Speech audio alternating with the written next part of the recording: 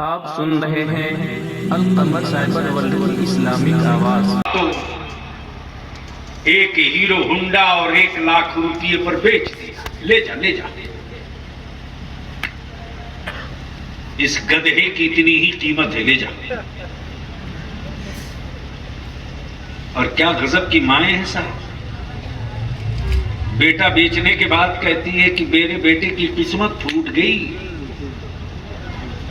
اس کو صوفہ نہیں ملا، اس کو پلنگ نہیں ملا، اس کو یہ کپڑا نہیں ملا، اس کو ٹی وی نہیں ملی۔ ارے قسمت تو تیری اسی دن ٹوٹ گئی تھی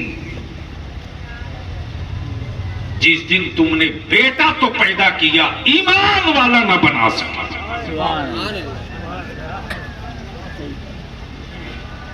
اور اس کے بعد گھوم رہے ہیں کہ مولانا برکت کی تعویذ دے دو، پورا کنواں پڑوا لو نا مولانا سے، بیماری نہیں جانے کو۔ لیکن ایمان کی حالت میں صدق دل سے بسم اللہ پڑھ لو تو کسی طوفان کی اوقات نہیں جو تم سے آنکھ نہیں۔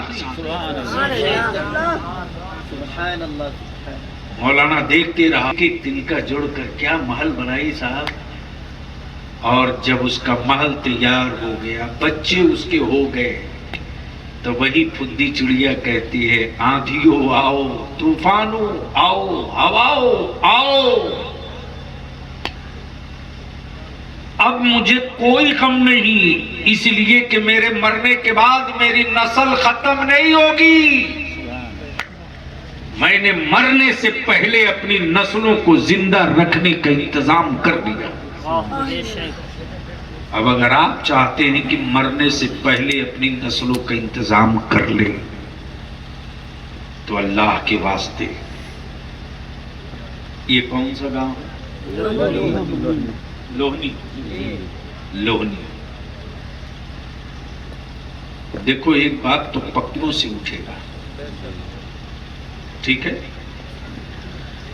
بڑے بڑے ارب پتی کو میں نے دیکھا صاحب کہ اس کی ارب پتی والی تجوری سے ایک چونی مسجد کے لیے نہیں نکلتی، لیکن ایک رکشہ چلانے والا بیچارہ اگر 20 روپے کمایا تو 5 روپیہ مسجد میں لے جا کے دیا ہے۔ اس کا مطلب یہ کہ اللہ ہر کی دولت کو نہیں پسند کرتا، خود بھی چڑیا اپنی نسلوں کا انتظام کر گئی۔ اگر آپ چاہتے ہو کہ آپ اپنی نسلوں کا انتظام کر لو تو اللہ کے واسطے بند کرو بارات لے جانا، بند کرو زمین بیچ کر کے ولیمہ کھلانا، بند کرو زمین بیچ کر کے کسی غریب بیٹی کے باپ سے حرام کا جہیز لینا، بند کرو۔ مسجدوں میں اپنے بیٹا اور بیٹی کا نکاح کر دو، اور نکاح کو اتنا سستا بنا دو، اتنا سستا بنا دو کہ گناہ مہنگا ہو جائے، نکاح سستا ہو جائے۔ پیسے کو بچا لو گے اور اسی پیسے سے اپنی اولادوں کو پڑھا دو گے تو یاد رکھنا اس فدی چڑیا کی طرح تم بھی سینہ تان کر کہو گے کہ میں نے اپنی نسلوں کو اپنے مرنے سے پہلے زندہ رکھنے کا انتظام کر دیا ہے، اب اسے نہ کوئی حکمراں مار سکتا، نہ اسے کوئی دوا مار سکتی، اس لیے کہ زندہ رہنے کا ہم نے انتظام کر لیا ہے۔